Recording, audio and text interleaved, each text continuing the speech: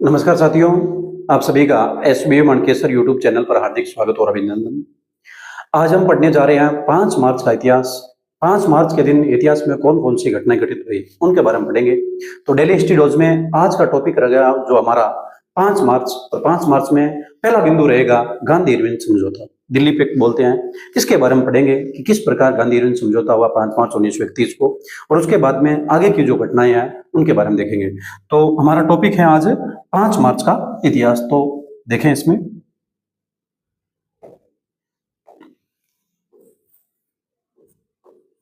ये 5 मार्च और daily studios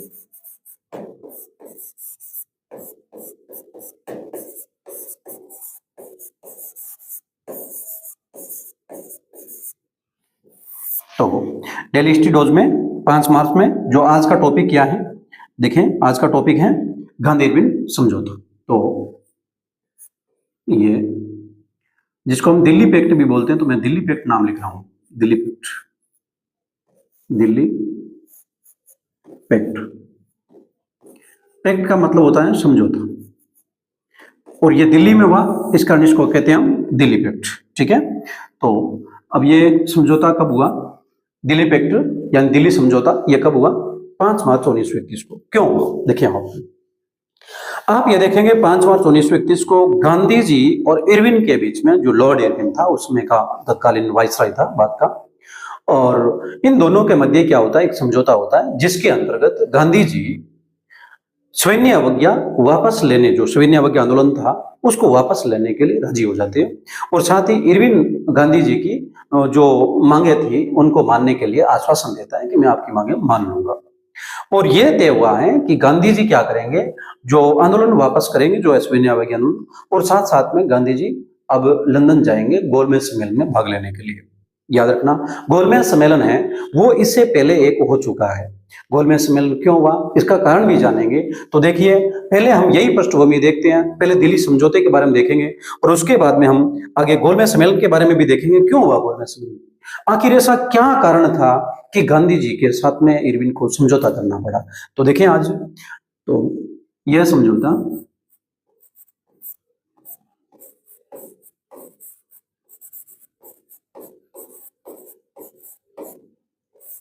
यह समझौता 5 मार्च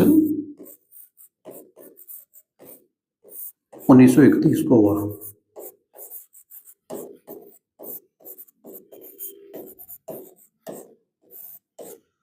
और किन किन के मध्य हुआ, तो मैं थोड़ा पेन बिन कर देता हूं ये। तो गांधी जी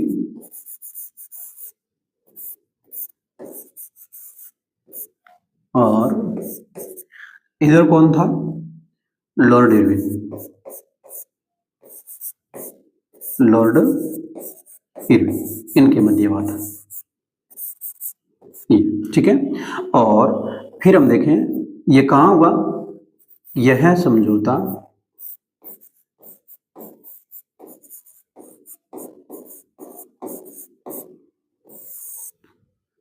गांधी इरविन समझौता भी कहलाता है।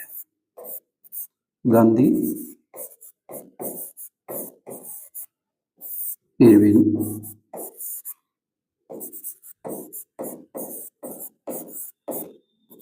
समझौता कहलाता है।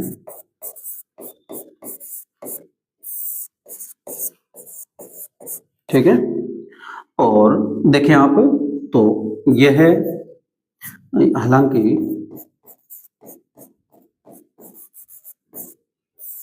यह समझौता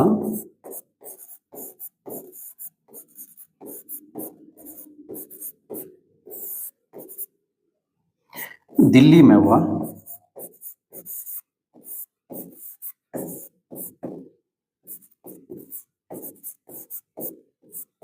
इस कारण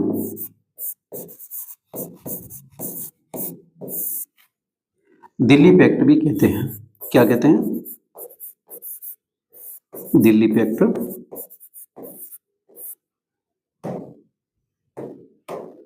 भी कहते हैं।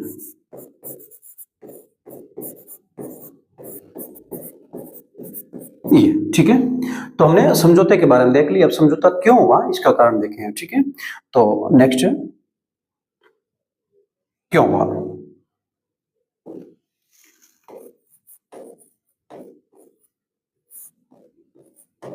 तो पहले आप इसमें समझे क्यों हुआ। देखिए, अब हुआ यूं कि 1919 में एक अधिनियम आया, जो 1919 का अधिनियम, जिसको मॉन्टेस्क्यू चेम्सफोर्ड अधिनियम कहते हैं। आप कहेंगे कि आप बात कर रहे हैं 1931 के, फिर 1919 के अधिनियम से क्या लेना देना है? हम पृष्ठभूमि तैयार कर रहे हैं कि आपको अच्छी तरह से समझ में आ जाए। 1919 के अंदर एक अधिनियम आया, जिसको हम 1919 का अधिनियम या मॉन्टेस्क्यू चेम्सफोर्ड अधिनियम कहते हैं, क्योंकि उस समय वो जो भारत सचिव और भारत का जो तत्कालीन वायसराय मॉन्टेस्क्यू और चेम्सफोर्ड थे, और दोनों के नाम से जो मॉन्टेस्क्यू चेम्सफोर्ड अधिनियम बन गया। अब इस अधिनियम के अंदर कुछ ऐसे नियम, शर्तें, कानून वगैरह लागू किए गए जिससे भारतीय संतुष्ट नहीं थे। भारतीयों ने कहा कि इस अधिनियम की आप उन्हें जांच करें और फिर इसको लागू करें। तो ब्रिटिश सरकार ने भारतीयों को एक, हम देखें तो आश्वासन दिया कि आप ऐसा काम करें, हमने जो बनाया है 1919 का अधिनियम, एक बार इसको लागू करें और हम देखते हैं कि भारत में ये किस तरह धरातल पर लागू होने के बाद में कैसी कैसी इसमें कमियां आती है जो हमारे सामने आएगी, उसको हम नोट करते जाएंगे और फिर इसको आज से 10 साल बाद में हम क्या करेंगे, इसको जांच के तौर पर लेंगे और दोबारा जांच करके और फिर हम पुनः लागू करेंगे। तो भारतीय ने मान लिया, चलो ठीक है, 10 साल बाद में 1919 का अधिनियम यदि 10 साल बाद में होता है तो कोई दिक्कत नहीं है। अब होता क्या, देखो 1919 का अधिनियम है, उसकी जांच करने के लिए 10 साल जोड़े तो 1929 आता है। 1929 आएगा तो इसका मतलब कि 1929 के अंदर वो जांच आयोग आएगा। लेकिन हुआ यूं, वो एक साल पहले 1928 में जांच आयोग आ गया। उस जांच आयोग का अंदर जो हम देखें सदस्य थे 7, और जो अध्यक्ष था वो था सर जॉन साइमन। इसी कारण उस जांच आयोग का नाम पड़ा सर जॉन साइमन आयोग, ठीक है, कमीशन या साइमन कमीशन नाम दे दिया। तो साइमन कमीशन जो आया वो 1928 में फरवरी के महीने में आया, भारत आया। लेकिन भारतीयों ने क्या किया, भारतीयों ने कहा भी ये जांच आयोग आया है, क्या इसमें कोई भारतीय सदस्य है? बोला नहीं है। तो ना सातों ही सदस्य यदि अंग्रेज है तो हम कैसे इन पर विश्वास करें कि ये लोग इसकी एकदम हकीकत में सही जांच करेंगे और इसकी कमियों में सुधार लाएंगे। यदि संवैधानिक सुधारों की या संवैधानिक जो जांच है, यानी इसमें सुधारों की हेतु जो जांच की जा रही है, उसमें इन लोगों को यदि पता होता तो 1919 के अधिनियम में ऐसी बातें लागू कर देते। तो 1919 के अधिनियम की कमियां हैं वो इन लोगों को पता नहीं होगी यदि हम भारतीय लोग इनमें शामिल नहीं होंगे। इनको बताएंगे, हम नोट करवाएंगे कि यह कमी है। लेकिन इन लोगों ने कहा कि 7 सदस्य जो सर जॉन साइमन के नेतृत्व में आया, जांच यही करेंगे। ऐसी स्थिति में भारतीयों ने क्या किया, भारतीयों ने विरोध किया। Simon commission go to back के नारे लगाए, साइमन कमीशन वापस जाओ। और ऐसी स्थिति में साइमन कमीशन वापस चला गया। पुनः हम देखें अक्टूबर महीने में वापस आता है साइमन कमीशन लाहौर क्षेत्र में। लेकिन वहां पर भी नौजवान भारत सभा के नेतृत्व में लाला लाजपत राय हैं, वे आगे नेतृत्व करते हुए सर जो जॉन साइमन है उसके द्वारा जो साइमन कमीशन आयोग दोबारा आया, पुणे आया है, उसका पुनः विरोध करते हैं। और ऐसी स्थिति में सर जॉन साइमन का जो विरोध किया है लोगों ने, तो पुलिस ने लाठीचार्ज की, जहां लाला लाजपत राय घायल भी हो गए। अब वह यूं, जो साइमन कमीशन है वो अच्छी तरह से न तो जांच कर सका न अपनी रिपोर्ट दे सका। फिर बात ये आई कि इन जो ब्रिटिश सरकार ने यह निर्णय लिया कि यदि भारतीय वहां जांच करवाने के अंदर यदि सहमत नहीं है तो भारतीयों को क्या किया जाए, लंदन ही बुला लिया जाए। प्रत्येक 2 दल है भारत का, उस समय का तत्कालीन जो भी दल है, उन दलों के प्रतिनिधियों को लंदन बुलाया जाए और वहां एक बैठक के तौर पर हम ऐसा निर्णय लेंगे कि क्या हमें निर्णय लेना है। अब उस बैठक के अंदर सभी लोग इस प्रकार एक राउंड टेबल कॉन्फ्रेंस के रूप में बैठे, तो इसको हम बोलेंगे गोलमेज सम्मेलन। राउंड टेबल यानी गोल मेज और कॉन्फ्रेंस यानी सम्मेलन। अब राउंड टेबल के अंदर जो वहां गए, प्रथम जो ये सम्मेलन होता है 1931 में, 30-31 की बात है, लेकिन वहां कांग्रेस का एक भी सदस्य नहीं गया। अब कांग्रेस का वहां सदस्य क्यों नहीं गया, इसके बारे में यदि हम देखें तो देखो, जब 1928 के अंदर जो साइमन कमीशन आया, तो साइमन कमीशन आया उस समय भारतीयों को, एक भारत का सचिव था बर्कनहार्ड, उसने कहा कि आपको कुछ नहीं आता, आप लोग यदि ये इस प्रकार सभी सहमत हो और ऐसा एक कानून बना दें तो हम लागू कर देंगे। और उस समय हम देखें भारतीयों ने, सभी दलों ने सर्वदलीय सम्मेलन करके और ऐसा एक नेहरू रिपोर्ट नाम का कानून बनाया था, लेकिन ब्रिटिश सरकार ने उसको लागू नहीं किया। ब्रिटिश सरकार ने लागू नहीं किया नेहरू रिपोर्ट को, तो गांधी जी ने 11 सूत्री मांग रखी अंग्रेजों के समक्ष, और 11 सूत्री मांग रखने के बाद कहा कि यह 11 सूत्री मांग है, यदि ये जो ब्रिटिश सरकार इसे स्वीकार करती है तो ठीक है, अन्यथा में सविनय अवज्ञा आंदोलन करूंगा। अब उधर प्रथम गोलमेज सम्मेलन की तैयारियां चल रही है और भारत में गांधी जी के नेतृत्व में सविनय अवज्ञा आंदोलन की तैयारी चल रही है। ब्रिटिश सरकार समझ नहीं पाई, लॉर्ड इरविन समझ नहीं पाया, और उन्होंने गांधी जी की 11 सूत्री मांगों को स्वीकार नहीं किया। और गांधी जी की 11 सूत्री मांगों को जब स्वीकार नहीं किया गया तो क्या हुआ? अब क्या हुआ, गांधी जी ने 12 मार्च 1930 से साबरमती आश्रम से अपने 78 अनुयायियों के साथ में दांडी मार्च शुरू किया, और ये 6 अप्रैल 1930 को गांधी जी ने 5 अप्रैल 1930 को हम देखें जो दांडी नामक स्थान पर पहुंचकर 6 अप्रैल 1930 को नमक कानून का उल्लंघन किया, और उसके बाद गांधी जी ने बोला अब आज से मेरा सविनय अवज्ञा आंदोलन शुरू है। गांधी जी ने नमक इसलिए चुना कि प्रत्येक घर में नमक की आवश्यकता थी, और ये कॉमन इस प्रकार की चीज, अब प्रत्येक वस्तु जो घर में आवश्यकता हो तो प्रत्येक लोग इनमें क्या होंगे, सहयोगी बनेंगे। और ऐसी स्थिति में भारत के कोने कोने के अंदर सविनय अवज्ञा आंदोलन जोरों शोरों से चलने लगा। ऐसी स्थिति में वहां प्रथम गोलमेज सम्मेलन में कांग्रेस के सदस्य उपस्थित नहीं थे, क्योंकि सविनय अवज्ञा आंदोलन को काबू में करने के लिए ब्रिटिश सरकार ने, लॉर्ड इरविन ने यहाँ के प्रमुख नेताओं को गिरफ्तार कर लिया। अब गांधी जी जेल में थे, उधर प्रथम गोलमेज सम्मेलन संपन्न हुआ। लोगों को बोला गया कि प्रथम गोलमेज सम्मेलन के अंदर गांधी जी की उपस्थिति क्यों नहीं है, तो इरविन ने बताया कि गांधी जी जेल में हैं। तो पुनः उस प्रथम गोलमेज सम्मेलन को स्थगित किया गया और बोला हम दोबारा गोलमेज सम्मेलन का आयोजन करेंगे और आप किसी हालत में गांधी जी को यहां से लंदन भेजो। तब जाकर गांधी जी ने, जो गांधी जी के साथ में लॉर्ड इरविन ने 5 मार्च 1931 को क्या किया, समझौता किया। गांधी जी को बोला गांधी जी आपको मेरे साथ में एक समझौता करना पड़ेगा। गांधी जी बोला क्या है समझौता ऐसा? बोला आपकी मैं 11 सूत्री मांगों को मानूंगा, लेकिन आपको भी मुझे ऐसी एक अभी प्रॉमिस, वादा कीजिए कि आप भी क्या करेंगे, मेरी मांगों को मानेंगे। अब गांधी जी ने सोचा रे मैं 11 सूत्री मांगों को रख रहा हूं आपके सामने, लेकिन आपकी कौन सी मांग है? बोला मेरी मांग यह है कि आप ये सविनय अवज्ञा आंदोलन को बंद करो, और आप जो द्वितीय गोलमेज सम्मेलन में जो एक अपना विचार प्रस्तुत करने के लिए, अपनी मांग प्रस्तुत करने के लिए आप लंदन जाओ। गांधी जी ने तुरंत स्वीकार कर लिया, लेकिन गांधी जी का बहुत भारतीय जनता ने विरोध किया, क्योंकि इस स्थिति में भगत सिंह, राजगुरु, सुखदेव की बात है।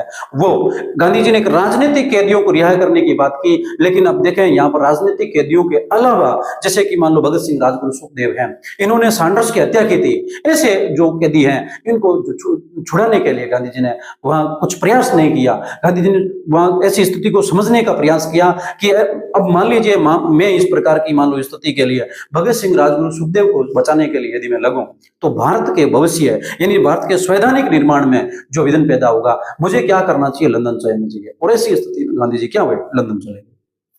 गांधी जी लंदन गए, द्वितीय गोलमेज सम्मेलन हुआ। गांधी जी के साथ में सरोजिनी नायडू भी थी, बहुत सारे अलग अलग प्रतिनिधि दल थे, और वहां पर हम देखें सांप्रदायिक पंचायत को लेकर के हम देखें डॉक्टर भीमराव अम्बेडकर और मोहम्मद अली जिन्ना, इन लोगों ने क्या किया, अपना जो भारत का एक सर्वदलीय नेतृत्व करने वाला एक ऐसा संगठन जो सभी दलों का नेतृत्व, सभी पार्टियों का, सभी समाज का नेतृत्व करें, ऐसा संगठन गांधी जी ने कांग्रेस को बताया, लेकिन उन लोगों ने स्वीकार नहीं किया, और इसी कारण गांधी जी वहां से क्या हुए, वापस आ गए। अब गांधी जी वापस आए तो गांधी जी ने कहा कि मैं जिस तरह खाली हाथ गया था उसी तरह खाली हाथ आया हूं, मैंने देश के बटा नहीं लगने दिया। लेकिन भारतीयों ने गांधी जी का विरोध किया, गांधी जी को काले झंडे दिखाए। क्यों? क्योंकि पीछे भगत सिंह, राजगुरु, सुखदेव को फांसी की सजा दी गई थी।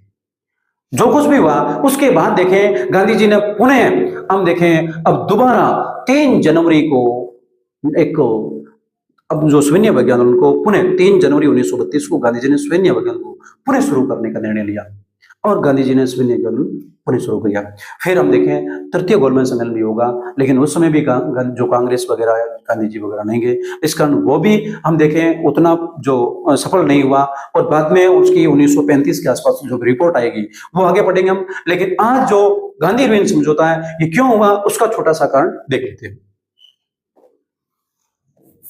तो गांधी जी को द्वितीय गोलमेज सम्मेलन, द्वितीय गोलमेज सम्मेलन,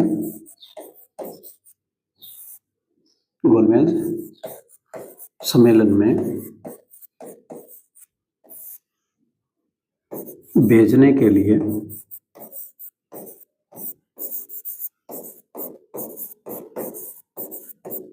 राजी करने हेतु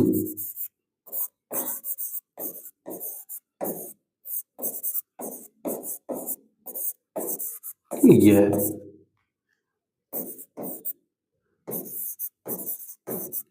समझौता हुआ। ये ठीक है।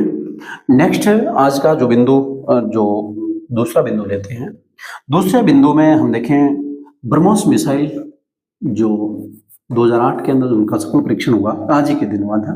तो ब्रह्मोस मिसाइल के बारे में लिख लेते हैं। ब्रह्मोस मिसाइल 2008, ठीक है। अब इस मिसाइल का परीक्षण कब हुआ? इस मिसाइल का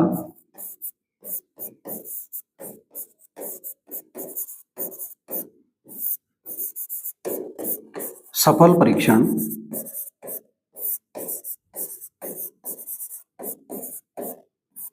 5 मार्च 2008 को अंडमान निकोबार द्वीप समूह में, अंडमान निकोबार द्वीप समूह है, द्वीप समूह के, अब अंडमान निकोबार द्वीप समूह पर लगा लेते हैं, पर एक जो युद्धपोत था, जो INS राजपूत, INS राजपूत नामक विध्वंसक युद्धपोत के माध्यम से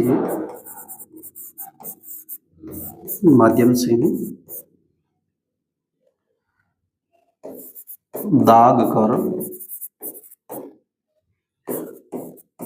सफल परीक्षण किया गया। अच्छा, इस मिसाइल का सफल परीक्षण किया गया, सीधा ही लिख दे, दाग कर किया गया, ठीक है। और इसकी विशेषता लिखे आप, तो थोड़ा इसको ऊपर कर लेते हैं हम।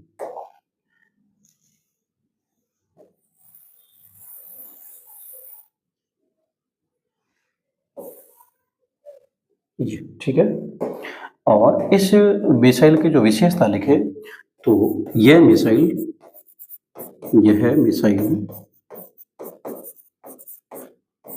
समुद्र से पृथ्वी पर मार करने वाली मिसाइल है।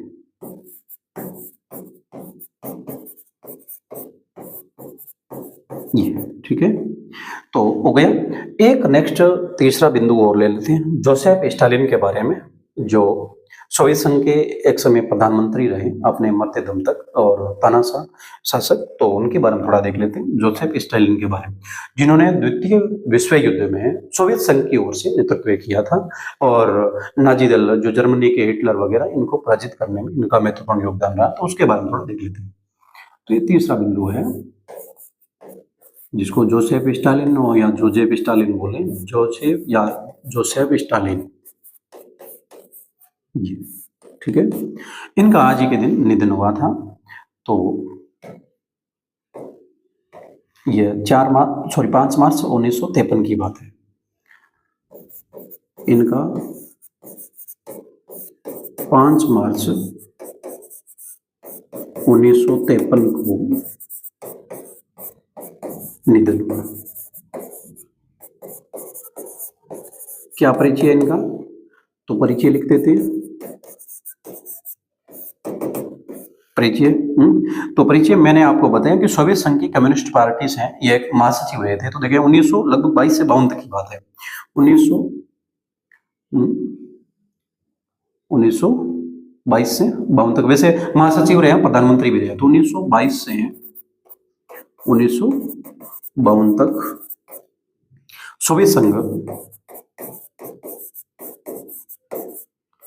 सोवियत संघ की कम्युनिस्ट पार्टी के महासचिव रहे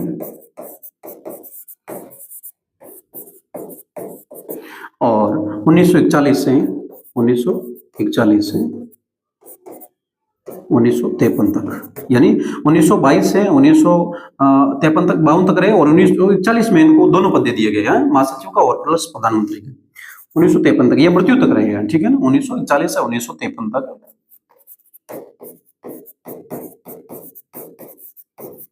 सोवियत संघ के प्रधानमंत्री रहे, ठीक है। और 1941 में है तो 1945 के अंदर जो हम देखें विश्व युद्ध एंड हुआ था, 1939 से 45 तक चला था, तो प्रधानमंत्री यही थे सोवियत संघ। तो द्वितीय विश्व युद्ध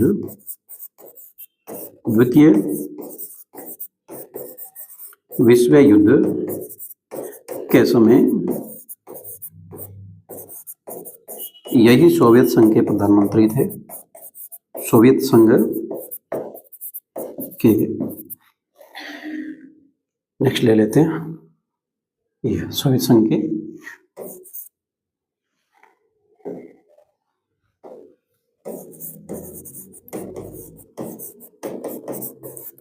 प्रधानमंत्री थे तथा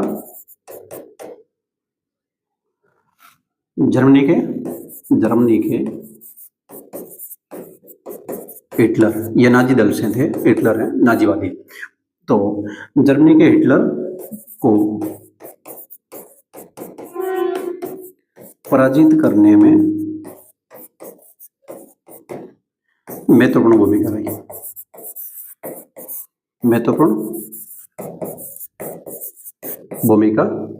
रही, ठीक है। तो हमने क्या पढ़ा, एक बार रिवीजन कर लेते हैं।